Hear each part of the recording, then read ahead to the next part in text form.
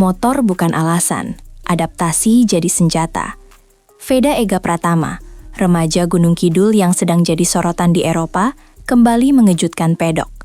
Bukan karena catatan waktunya semata, tapi karena pengakuan berani soal kondisi motornya yang tidak 100% prima. Veda secara gamblang menyatakan bahwa motornya tidak dalam kondisi terbaik selama beberapa race di Red Bull Rookies Cup.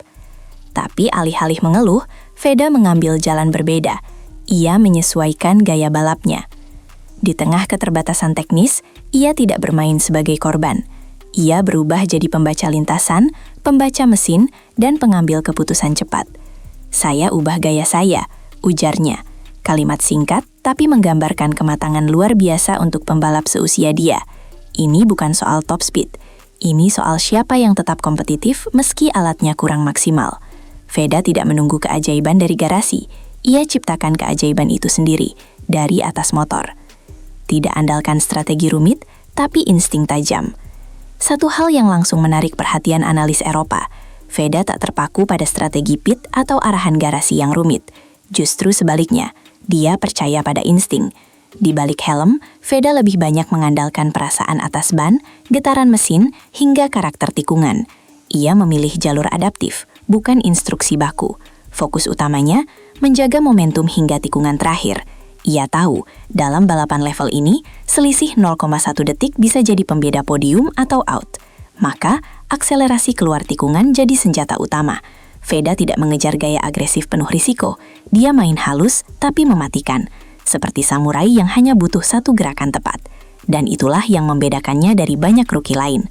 Dia tak butuh manuver dramatis tiap lap.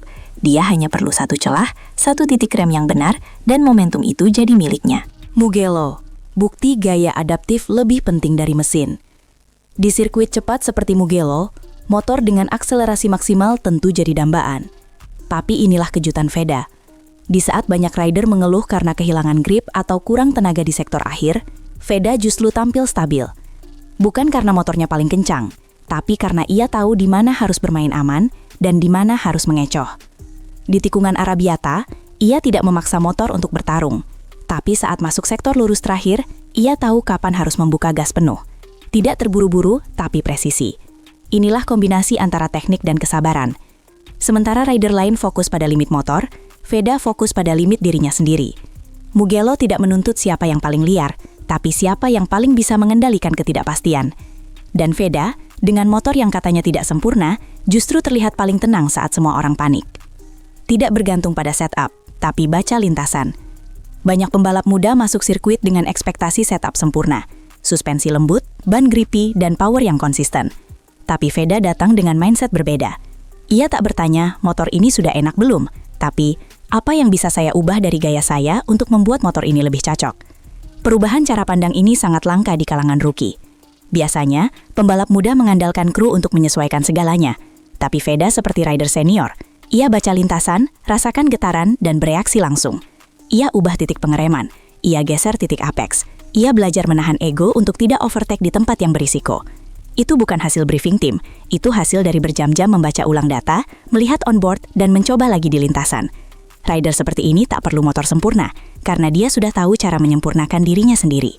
Ubah gaya balap, ubah nasib balapan. Adaptasi gaya balap bukan cuma soal cara menikung, tapi menyentuh ke aspek mendalam, cara pindah gigi, posisi badan di atas motor, hingga kecepatan masuk dan keluar tikungan. Veda tidak membuat revolusi besar, tapi justru itulah kuncinya.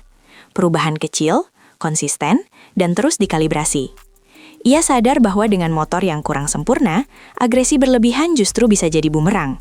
Maka ia turunkan nada, kontrol power saat keluar tikungan, dan maksimalkan grip ban belakang.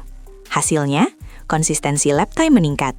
Bahkan dalam beberapa race, meski start bukan dari grid depan, ia bisa menyusup ke posisi teratas.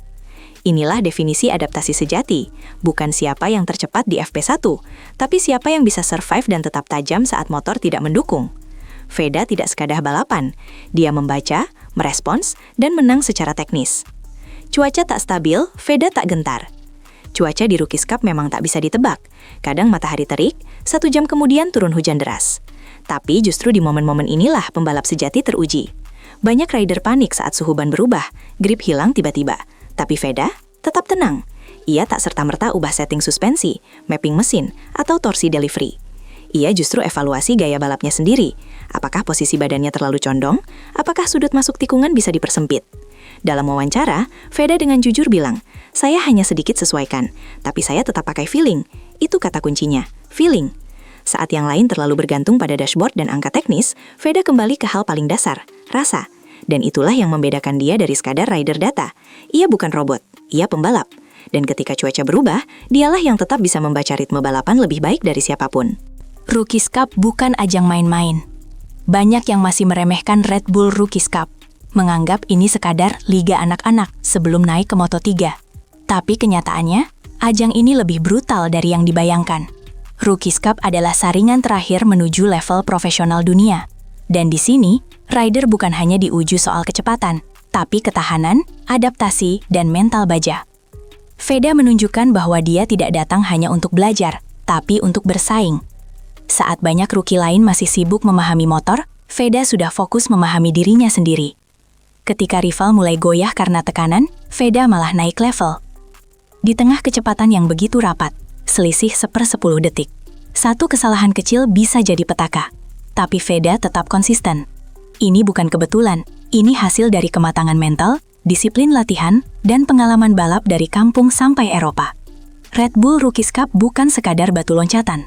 Bagi Veda, ini panggung pembuktian. Adaptasi jadi modal menuju Moto3.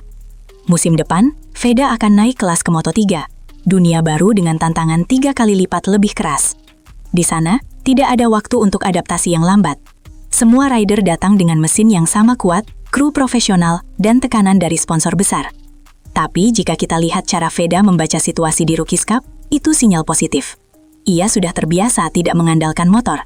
Ia sudah belajar menyesuaikan gaya dengan cepat. Ini penting, karena Moto3 bukan soal siapa yang tercepat saat motor sempurna, tapi siapa yang tetap tajam saat kondisi tidak ideal.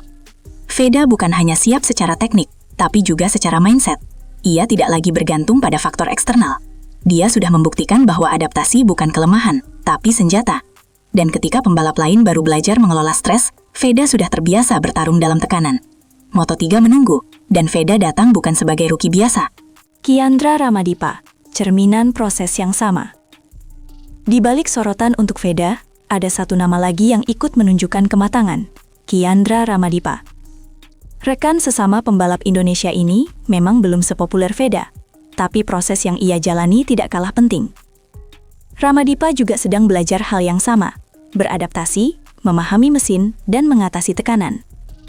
Meskipun belum menang di Rookies Cup, pengalaman internasionalnya terus bertambah. Dalam banyak hal, mereka adalah dua sisi mata uang yang sama. Keduanya tak lahir dari fasilitas mewah. Mereka datang dari Indonesia dengan semangat juang dan kerja keras. Veda mungkin lebih dulu mencuat, tapi Ramadipa sedang membangun fondasi. Dan ini penting untuk masa depan. Sebab satu rider hebat bisa mencetak sejarah, tapi dua rider hebat bisa mengubah sistem. Veda dan Ramadipa, meski tak selalu satu panggung, sedang menciptakan standar baru, bahwa rider Indonesia bisa bersaing tanpa harus menunggu belas kasihan teknologi. Kecepatan bisa dikejar, tapi mentalitas tak bisa ditiru. Inilah pesan penutup dari cerita Veda Ega Pratama, bahwa di dunia balap modern, kecepatan bukan lagi segalanya.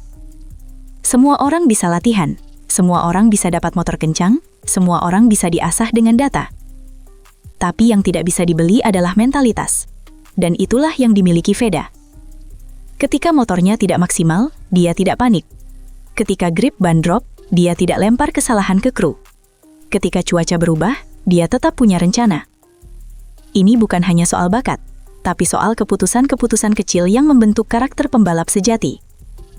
Dalam dunia di mana setiap detik dihitung, Veda memilih jadi pembalap yang bisa membaca waktu, bukan hanya memenangkannya. Dan jika mentalitas ini terus ia pertahankan saat masuk Moto3, maka Indonesia punya alasan besar untuk percaya. Veda bukan hanya naik kelas, dia sedang naik tingkat, dari talenta muda menjadi ancaman serius di masa depan.